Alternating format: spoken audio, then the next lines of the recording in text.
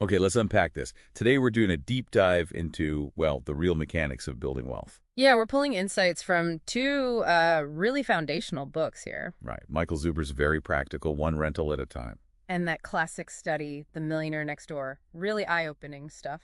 Totally. And our mission really is just to cut through all the noise, Yeah, get to the core principles. find out what actually works for, like, discipline, strategic wealth building. Exactly. Think of this as your shortcut to getting smart on these approaches fast. And what's cool is how they connect. One's very tactical, the other's about real-world habits.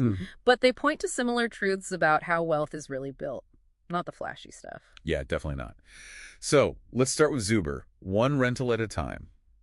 The power is, well, it's simple, isn't it? It really is. No get-rich-quick promises. Nope. It's focused. Just get one rental property, one that cash flows. That's the key. Cash flow.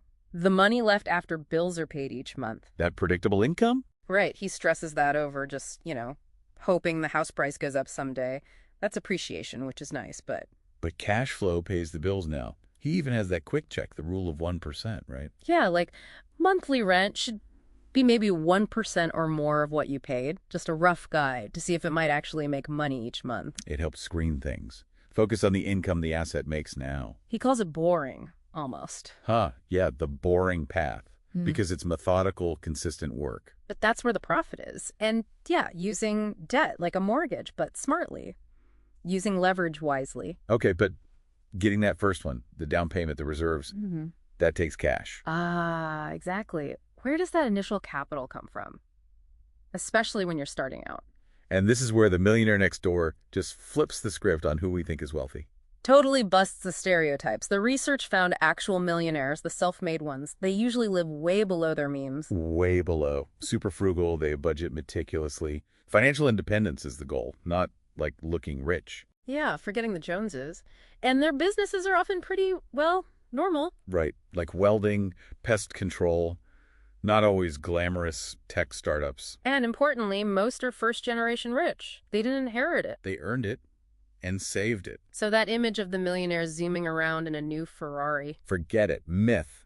The book shows many drive reliable older cars, Fords, Toyotas. Held on to for years, a car is just transport, not a status symbol. And the key habit, they consistently invest a good chunk of their income year in, year out. Okay, so connecting the dots here. Zuber's strategy and the millionaire next door habits. It's clear, isn't it? Real wealth is built by accumulating, not consuming. Exactly. That frugality, the disciplined saving from the millionaire next door, that's the fuel. Ah, right.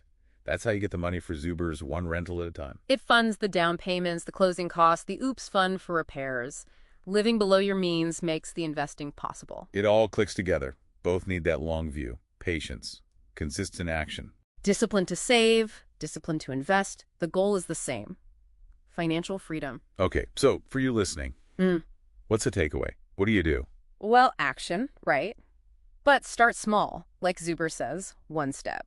First, maybe really look at your spending, like forensically. Know where the money's actually going. Yeah. Then set clear goals. What does independence mean for you? Then, yeah, start learning about real estate. Build your team agent, lender, maybe a mentor. And embrace being frugal. Yeah. See it as like a strategic advantage, your tool to fund your future. Be patient. Be really consistent. It's about changing habits over time. Because in the end, true wealth, Yeah.